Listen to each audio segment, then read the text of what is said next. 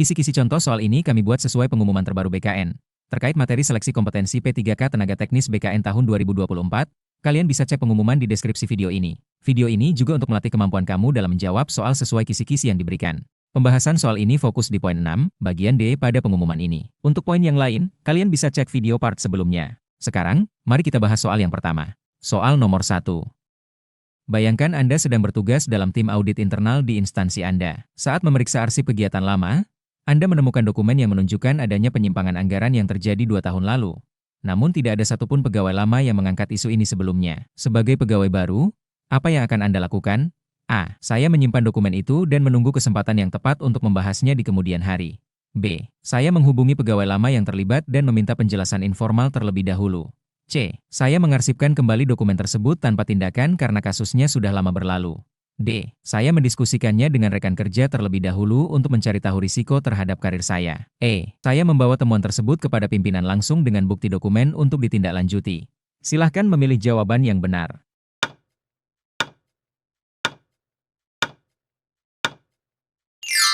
Jawabannya adalah E. Saya membawa temuan tersebut kepada pimpinan langsung dengan bukti dokumen untuk ditindaklanjuti. Karena menyampaikan temuan penyimpangan kepada pimpinan secara langsung dengan bukti adalah bentuk keberanian moral, kepatuhan terhadap prinsip akuntabilitas, dan integritas tinggi. Meskipun Anda pegawai baru, sikap ini menunjukkan bahwa Anda menempatkan kepentingan publik dan kejujuran di atas rasa takut atau tekanan sosial. Menunda, menyimpan sendiri, atau membahas informal tanpa prosedur hanya memperpanjang potensi penyimpangan dan mengabaikan tanggung jawab profesional. Tindakan Anda membantu menjaga kepercayaan publik terhadap institusi dan memperkuat budaya etis dalam birokrasi pemerintah. Soal nomor 2. Dalam sebuah proyek digitalisasi arsip yang Anda kelola, atasan Anda meminta agar laporan kemajuan proyek ditulis seolah-olah semua tahap sudah selesai. Padahal Anda tahu sebagian masih tertunda karena kendala teknis. Atasan beralasan laporan tersebut penting untuk presentasi anggaran ke pihak luar. Apa langkah Anda? A. Saya turuti instruksi atasan karena khawatir dianggap tidak loyal. B. Saya minta izin untuk merevisi sebagian isi laporan dengan menambahkan catatan kendala teknis. C. Saya konsultasikan terlebih dahulu dengan rekan kerja lain untuk meminta pendapat sebelum memutuskan. D. Saya menulis laporan sesuai fakta dan menyampaikan kepada atasan bahwa informasi yang akurat lebih penting untuk evaluasi. E. Saya buat 2 versi laporan, satu untuk internal dan satu versi yang telah disesuaikan untuk pihak luar. Silahkan memilih jawaban yang benar.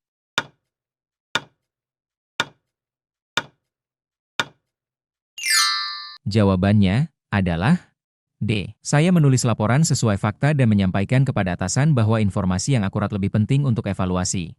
Karena tindakan ini menunjukkan keberanian dan integritas dalam menjaga kejujuran laporan. Meskipun ada tekanan dari atasan, Anda tetap mengedepankan prinsip etika dan kepatuhan administratif yang diatur dalam regulasi Menpan RB. Data dan laporan fiktif bisa berdampak serius terhadap transparansi dan akuntabilitas lembaga. Dengan menyampaikan fakta secara utuh dan berani menjelaskan pentingnya informasi yang akurat, Anda menegakkan profesionalisme dan membantu mencegah potensi penyalahgunaan anggaran atau kesalahan kebijakan yang lebih besar. Soal nomor 3. Anda dipercaya menjadi notulen dalam rapat koordinasi strategis instansi. Setelah rapat selesai, seorang pejabat meminta Anda mengubah isi notulen agar beberapa pendapatnya yang kurang disetujui dihapus, dengan alasan demi menjaga nama baik. Apa sikap Anda dalam menghadapi permintaan tersebut? A. Saya mengubah notulen sesuai permintaan agar tidak menimbulkan konflik dengan pejabat tersebut. B. Saya membuat 2 versi notulen. Satu versi resmi dan satu versi yang dimodifikasi untuk pejabat tersebut. C. Saya tolak permintaan tersebut dan hanya menulis fakta-fakta sesuai jalannya rapat. D. Saya diskusikan dulu dengan peserta rapat lain sebelum memutuskan menyesuaikan atau tidak. E. Saya simpan notulen asli, tapi mengirim versi yang sudah diubah hanya untuk arsip internal. Silahkan memilih jawaban yang benar.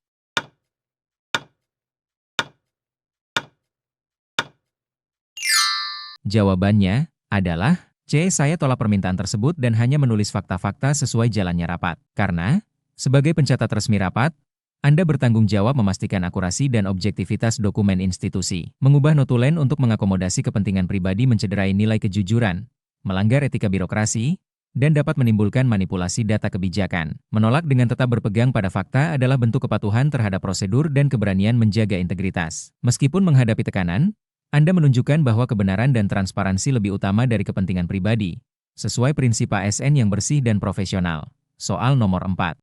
Anda sedang bertugas dalam tim layanan publik dan diberi tenggat waktu untuk menyelesaikan laporan mingguan. Namun di saat bersamaan, instansi Anda mengadakan pelatihan kompetensi yang juga penting untuk pengembangan karir Anda. Jika Anda hanya bisa memilih salah satu, Bagaimana Anda mengambil keputusan?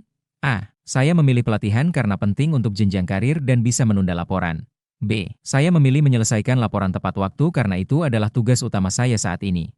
C. Saya minta izin untuk mengikuti pelatihan separuh waktu dan menyusun laporan setelahnya. D. Saya minta rekan membantu menyusun laporan agar saya tetap bisa fokus pada pelatihan.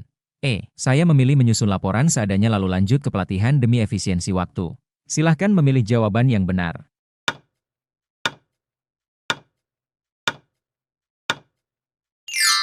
Jawabannya adalah B. Saya memilih menyelesaikan laporan tepat waktu karena itu adalah tugas utama saya saat ini. Karena memilih menyelesaikan laporan sesuai tenggat waktu menunjukkan komitmen terhadap tanggung jawab utama dan disiplin kerja. Sebagai ASN, menyelesaikan tugas tepat waktu adalah bentuk kepatuhan terhadap perintah jabatan dan loyalitas terhadap pelayanan publik. Walaupun pelatihan penting, Anda menunjukkan kedewasaan profesional dengan memprioritaskan pekerjaan yang berdampak langsung pada pelayanan. Sikap ini juga mencerminkan integritas, etika waktu, dan kepatuhan terhadap pembagian tugas formal sesuai SOP instansi. Soal nomor 5. Anda sedang bertugas sebagai pengelola data kepegawaian dan tanpa sengaja menemukan file berisi data pegawai yang ternyata berisi informasi pribadi dan masalah kedisiplinan seseorang yang belum pernah dipublikasikan. Data tersebut tidak dikunci dan mudah diakses. Apa tindakan Anda dalam situasi tersebut? A. Saya segera menutup akses file dan melaporkan temuan tersebut ke bagian kepegawaian atau pimpinan terkait. B. Saya simpan salinan data tersebut untuk jaga-jaga jika dibutuhkan suatu saat nanti. C. Saya bagikan data tersebut kepada rekan dekat agar bisa membantu mengawasi pegawai bersangkutan. D. Saya menghapus file tersebut dari sistem agar tidak jatuh ke tangan orang yang salah. E. Saya abaikan saja karena saya tidak diberi tugas secara langsung terkait file itu. Silahkan memilih jawaban yang benar.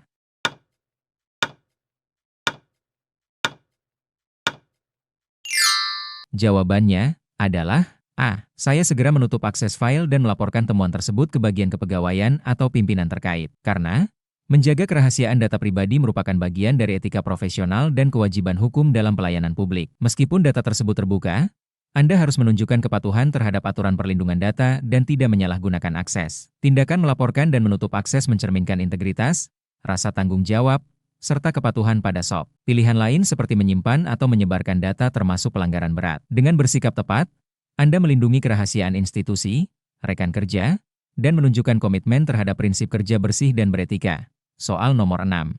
Anda menjabat sebagai petugas administrasi pelayanan publik di instansi pemerintah. Suatu hari, ada dua warga datang bersamaan untuk mengurus dokumen yang sama.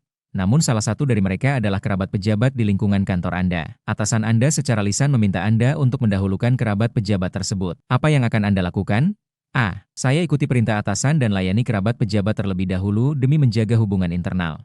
B. Saya minta warga lain bersabar tanpa memberi penjelasan dan langsung layani kerabat pejabat. C. Saya tetap melayani sesuai urutan kedatangan dan menjelaskan kepada atasan bahwa pelayanan harus adil. D. Saya kompromikan dengan mengurus keduanya bersamaan walau itu melanggar prosedur alur antrean. E. Saya beri isyarat kepada kerabat pejabat untuk datang kembali di waktu yang lebih sepi. Silahkan memilih jawaban yang benar.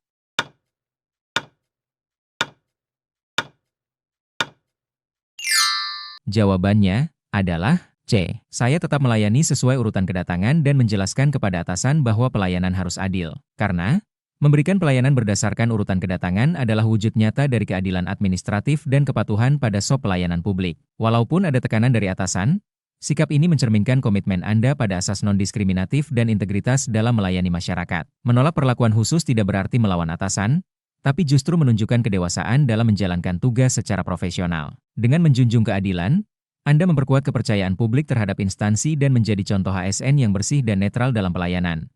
Soal nomor 7. Dalam masa tugas Anda sebagai pengelola barang milik negara, seorang rekan kerja yang dekat dengan Anda meminjam laptop inventaris kantor untuk keperluan seminar pribadi di luar dinas. Ia meminta Anda mencatat seolah-olah barang tersebut dipakai untuk kegiatan resmi agar tidak dipermasalahkan. Apa respons Anda terhadap permintaan ini? A. Saya izinkan karena peminjamnya rekan dekat dan barang akan dikembalikan utuh. B. Saya bantu meminjamkan dengan catatan informal saja, tanpa dokumentasi resmi. C. Saya catat peminjaman sebagai kegiatan resmi agar tidak terjadi konflik di antara kami. D. Saya menolak dan menjelaskan bahwa penggunaan inventaris hanya untuk keperluan dinas yang tercatat secara sah. E. Saya minta dia minta izin sendiri ke kepala bagian dan saya hanya akan mencatat jika disetujui. Silahkan memilih jawaban yang benar.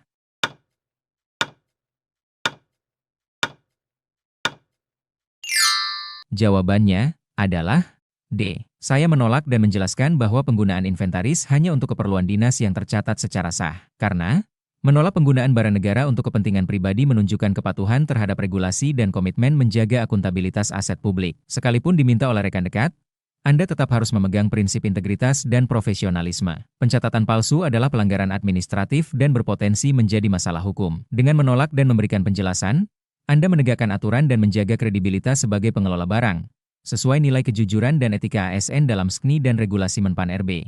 Soal nomor 8. Anda sedang bertugas di bagian penerimaan tamu pada kegiatan besar instansi. Di tengah kesibukan, Anda mendengar dari rekan bahwa daftar hadir tamu VIP akan diisi secara fiktif agar laporan kegiatan terlihat lebih sukses. Ketika Anda tanyakan, rekan tersebut menjawab bahwa hal ini sudah biasa terjadi dan dianggap lumrah. Apa yang Anda lakukan? A. Saya mengabaikannya karena hal tersebut bukan tanggung jawab saya secara langsung. B. Saya mengikuti saja karena merasa tidak pantas mencampuri urusan senior. C. Saya meminta agar nama-nama VIP yang diisi fiktif tidak dimasukkan dalam laporan akhir saja. D. Saya tunggu sampai kegiatan selesai lalu bicara kepada rekan yang bersangkutan secara pribadi. E. Saya menolak mengisi data fiktif dan melaporkan situasinya kepada ketua panitia atau pimpinan. Silahkan memilih jawaban yang benar.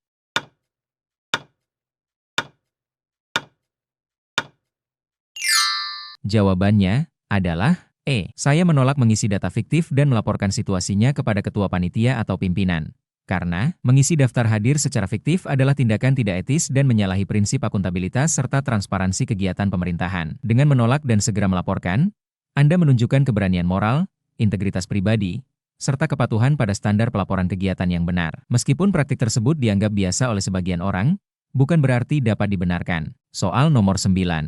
Anda bertugas sebagai petugas layanan operasional di kantor dinas dan sedang mendistribusikan peralatan ke berbagai unit. Salah satu unit meminta tambahan barang yang melebihi kuota yang telah disetujui. Mereka beralasan bahwa kebutuhan di unitnya lebih tinggi dan meminta Anda langsung mengubah data distribusi tanpa mengajukan permintaan resmi ulang. Apa yang Anda lakukan?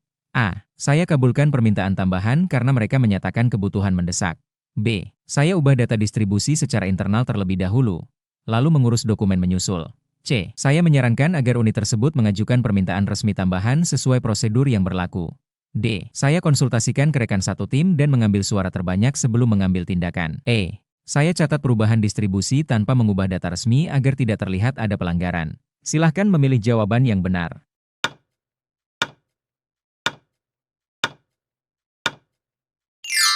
Jawabannya adalah C. Saya menyarankan agar unit tersebut mengajukan permintaan resmi tambahan sesuai prosedur yang berlaku. Karena, dalam layanan operasional, setiap permintaan tambahan harus dilakukan secara resmi untuk menjaga akuntabilitas dan tertib administrasi. Memberikan tambahan tanpa dasar dokumen yang sah akan merusak sistem distribusi dan berisiko pada audit maupun pertanggungjawaban barang. Dengan menyarankan prosedur resmi, Anda tetap melayani kebutuhan unit sambil menjaga integritas sistem kerja dan mematuhi SOP instansi. Ini menunjukkan kepatuhan, komitmen terhadap keadilan distribusi, serta tanggung jawab terhadap pengelolaan barang milik negara yang transparan. Soal nomor 10. Anda ditugaskan sebagai penanggung jawab kegiatan operasional di luar kantor yang melibatkan peminjaman berbagai peralatan milik instansi. Setelah kegiatan selesai, Anda menyadari ada satu unit peralatan yang rusak. Namun rekan Anda menyarankan agar tidak dicatat agar tidak menyulitkan proses pelaporan dan pencairan dana. Bagaimana Anda menyikapi hal ini? A. Saya ikuti saran rekan agar pelaporan tetap lancar dan tidak memperpanjang urusan. B. Saya catat kerusakan sebagai informasi internal saja, tanpa dilaporkan dalam dokumen resmi. C. Saya konsultasikan dulu ke bagian keuangan apakah pelaporan kerusakan bisa ditunda. D. Saya catat kerusakan secara resmi dan melaporkannya sebagai bagian dari tanggung jawab operasional. E. Saya diamkan kerusakan tersebut dan menunggu jika nanti ditanyakan baru saya klarifikasi. Silahkan memilih jawaban yang benar.